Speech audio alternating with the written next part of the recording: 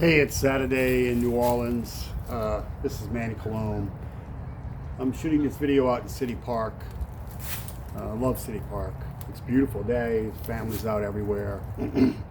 And conversation for today. I wouldn't be enjoying this without the sobriety that I've decided to have in my life. These sorts of things were not available to me because of just I was living to feed my addiction on a daily basis, sometimes an hourly basis, like so many people out there. Conversations that I've had so far today, I wouldn't have had.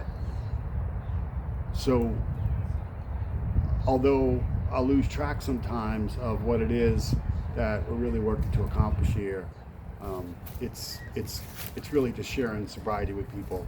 And even though there are a lot of folks out there that have a lot more sobriety than me, look, if you're sober one day, you're sober one day.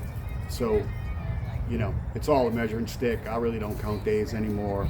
I'm just counting events and people that count on me. So, the more I think about it, just this morning, had an a phone call from just a mutual friend of a friend of mine, and the guy is not even an alcoholic, or so I don't know, but he didn't sound like it. And he was calling me to have a conversation with me because he's watched some of the videos that we put out, and really, asked some pretty kind of frightful questions, I guess, in a way, right? So amongst the other things we discussed, one of the questions he asked me, because of my honesty, is like, are you comfortable putting all this out for the public? And I had to sit back and think about it for a minute, because it could be a bad thing, right? But like I told him, and I've said several times before, I find my sobriety being uncomfortable, and I want to be in comfortable situations, trust me, right? And I yearn for being in comfortable situations.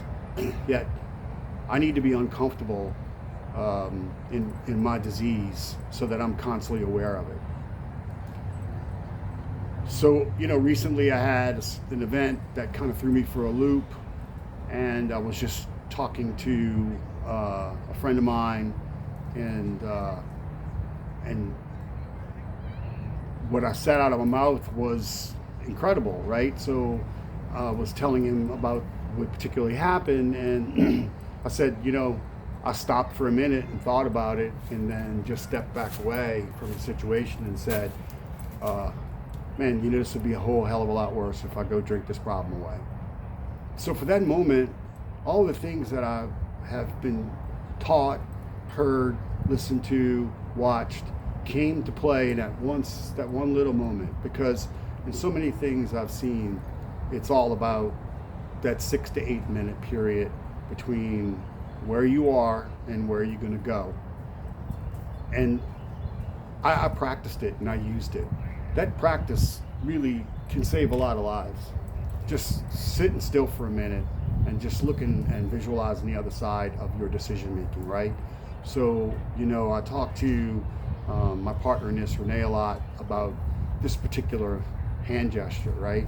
So, hand one. So, that one bad decision I'd have made to drink, I'd have lost all these positive things on this side of the ledger. By not drinking, I gained all these things that I would have lost. So it all comes down to one decision.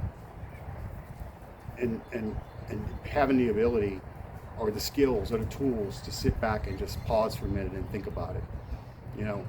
As I was telling my friend, had I made that choice and gone the wrong way, which I have done so many times in my life, I probably wouldn't have been having that conversation with him today.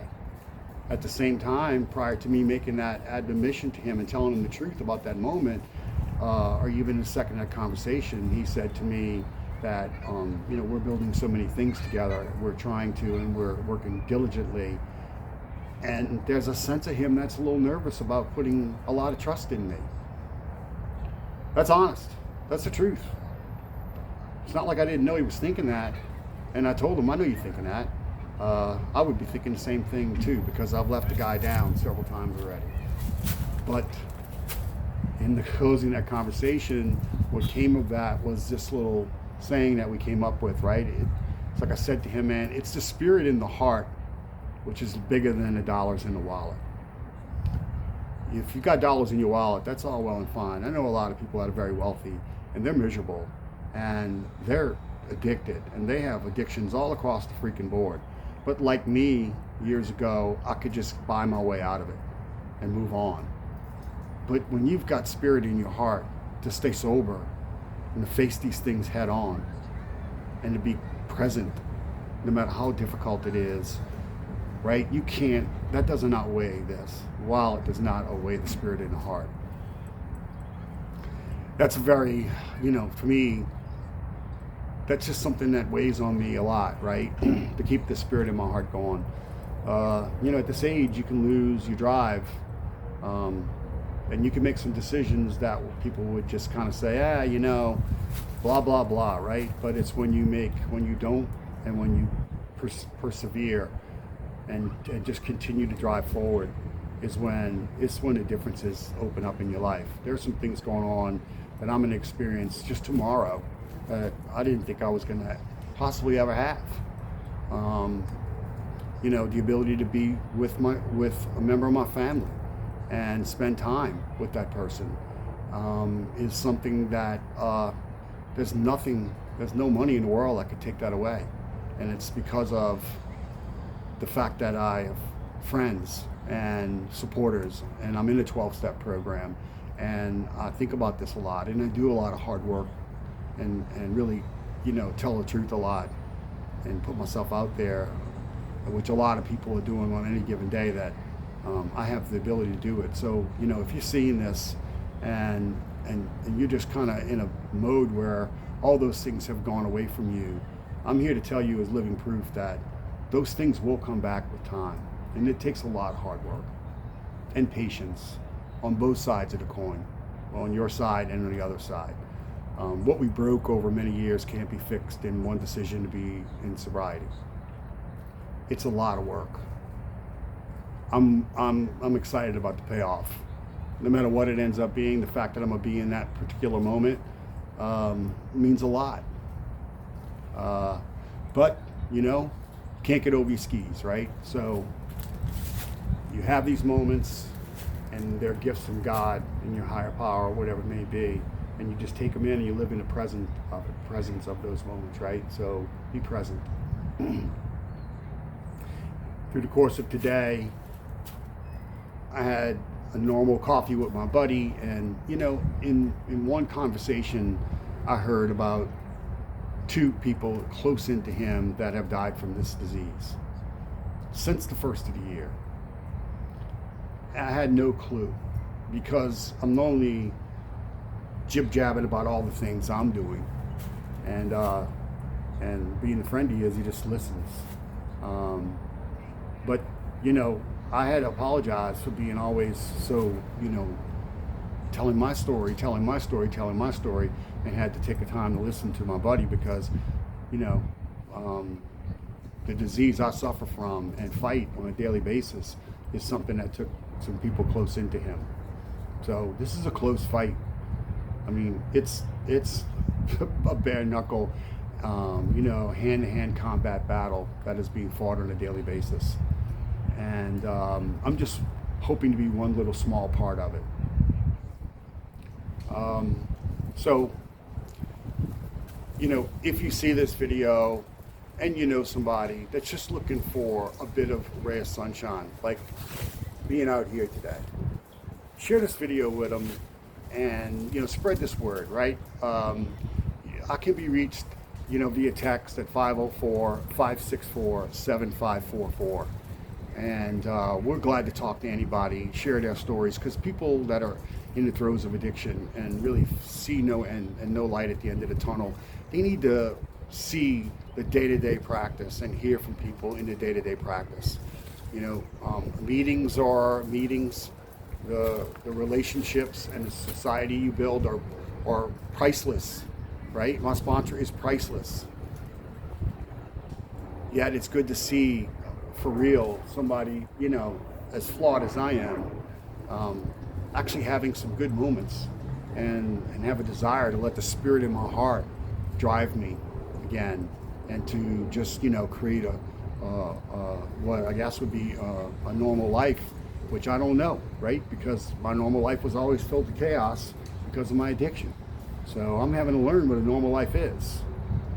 But we're just trying to grow this. We're trying to find a niche. We're trying to find our lane inside of here.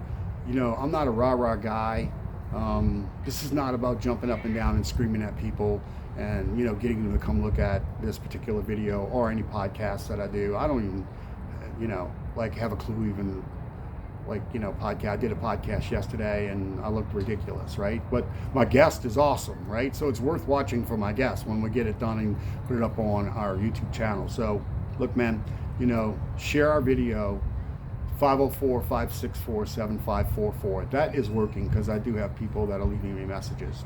And please subscribe to our channel, right?